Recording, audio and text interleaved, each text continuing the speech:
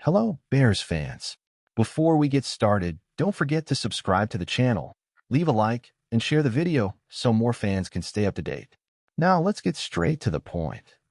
First, let's break down how the Bears, once again, found an unbelievable way to lose in the final seconds against the Lions. The coach's clock management left a lot to be desired, and I can assure you after hearing this, you'll want to see heads roll. Stay until the end for all the details and share your frustration in the comments. But that's not all, folks. Were you worried about our star receiver's injury? We have a crucial update on his ankle and how his return to the field impacted the game. This player not only came back, but also made a spectacular impact. Don't miss this vital update, as it could change the course of our season. And finally, fans are in an uproar, demanding the coach's head after the Thanksgiving Day debacle. Is this the end of the line for him? Find out what experts and football legends are saying about this explosive situation. Don't go anywhere because this debate is heating up, and you need to be in the loop. Subscribe now and join the conversation, Bears fans. Coming in with fresh Bears news, and unfortunately, it's not the most uplifting. What a way to lose again. The Bears found a new way to break our hearts, this time on Thanksgiving Day, with a 23-20 loss to the Detroit Lions. How is it possible that we keep witnessing these disasters week after week? Honestly, it's unbelievable. Over the last 3 weeks, we've seen how the Bears have managed to lose in painful ways. First, a blocked field goal against the Packers in Week 11, then an overtime loss against the Vikings after a heroic comeback, and now clock management that frankly left me speechless. I ask you, how many of you think Eberflus should remain as the Bears head coach? I think it's time for a change. The clock management in the final 42 seconds was pure chaos. I can't believe we're talking about this again. If I were in charge, Eberflus would be gone after this game. But I admit, maybe that's just my anger talking. When the Lions were up 16-0 at halftime, I was already thinking about my plans for the afternoon and evening.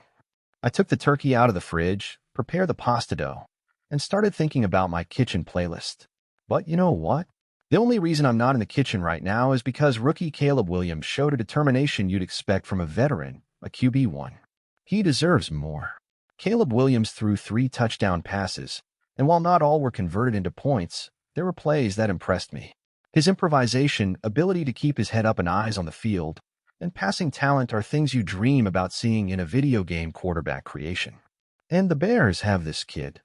It's a shame he has a coach who's the football equivalent of Terry Bevington. The Chicago defense spent most of the first half getting shredded by Detroit's offense, but at one point, Gervon Dexter made magic happen. How is it possible that we get glimpses of greatness and still can't close out games? Let's look at the performance of some key players. Caleb Williams had an impressive performance in his first Thanksgiving game against the Lions. 20 of 39 passes, 51.2% accuracy, 256 yards, 3 touchdowns, 0 interceptions, a 97.8 rating, 4 rushes for 39 yards, 5 sacks for a loss of 33 yards, and 10 quarterback hits. As ugly as the first half was, the second half was a show. He threw precise passes and turned unfavorable situations into positive plays. Maybe he was inspired by Shabo's halftime show. Terrell Smith, for example, ended the game with 4 solo tackles and a defended pass that could have been an interception. Kevin Jenkins, the Bears' starting left guard, committed a crucial and costly penalty that nullified a 12-yard reception by Keenan Allen, which would have secured a first down at the 13-yard line. One play later, Caleb Williams was sacked, and the final chaos began. Now I ask you, is it time to change the Bears' leadership? Bears fans, I have a major update on our star receiver, Keenan Allen. During the Thanksgiving Day game against the Lions, Allen suffered an apparent ankle injury in the second half. But breathe easy, as it doesn't seem to be serious. While the Lions had possession, CBS reported that Allen would likely return to the game. Tracy Wolfson reported that we saw Allen hurt his ankle and need help to get to the blue tent. He was examined, had the ankle wrapped, ran a bit, and received the green light from the coaches. It seemed like he would return to the game after that series. When Allen left the field, the Bears were struggling to mount a comeback against the Lions. Up until that point, Allen had scored the first 2 touchdowns for Chicago in the comeback attempt. As soon as he returned to the game, he made his presence felt with a reception on the following touchdown series.